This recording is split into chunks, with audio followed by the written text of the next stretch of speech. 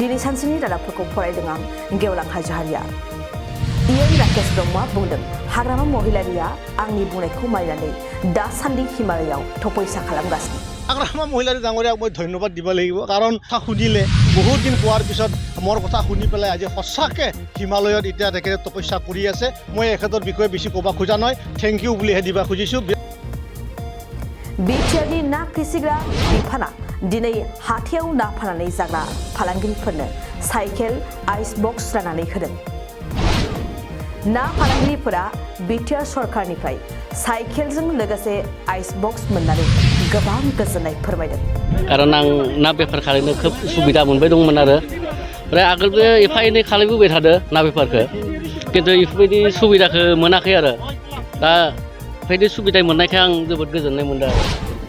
गुरुदेव कालीचरण ब्रह्मनि मुङाव लुफुंजानाय बरखिला बोरसि जरानि मन्दिरखौ गोरायुं डक्टर अजित बर'आ बेखेवबाय मावफुं सोद्रोमा दावबायसाया बर'आ बुंदों बिटिसिनि 2023-24 बाजेटआव एडभेन्चार स्पर्ट्सखौबो सोफागोन 3-24 जि बाजेट जानो थांगासिनो दङ जोंहा बे बाजेटआव आङो एडभेन्चार स्पर्ट्सखौ सोफानो नागिरदों आरो बेयाव सोनानै एडभेन्चार स्पर्ट्सनि थाखाय जेसेबांखिनि एक्टिभिटिस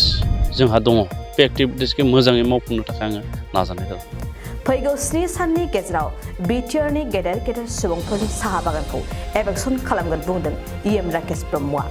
আৰু আপোনালোকৰ মিডিয়াত আজি কৈ থৈছো 7 দিনৰ ভিতৰত ডাঙৰ ডাঙৰ মানুহৰ যিকেইটা মানে মাটি কব্জা কৰি থোৱা আছে চাহ বাগান আছে কিবা আছে সেই আটাইবিলাক ইভিকশ্যন হ'বলৈ গৈছে 7 দিনৰ ভিতৰত বিটিআৰৰ ধুমুহা এটা হ'বলৈ গৈ আছে फाबुआ जरा प्राइमारी ब्रह्मज्योति आश्रमाव 39 बोसोरसालिया जथुम्माजों लोगोसे मागो पूर्णिमानि जयग होदों चान्चेल मेगा मिस नर्थ ईस्टनि देरहानाय बादायारिफ्रा बड'लेण्डआव दावबायफैदों एसबी करियोग्राफार प्रडाक्शनजों दिहुनजानाय दायनि साजा सुंद' सावथुनखौ रिलिज खालामबाय कक्लाबारि ब्लक इउपिपिएल लाइमोन हानजाया सानसेनि हाबाफारिजों लोगोआरि बुलुर बादायलायनाय खुंफुंदों दिनै सानसेनि रादाबफोरा एसेनोसै गोजोन्थों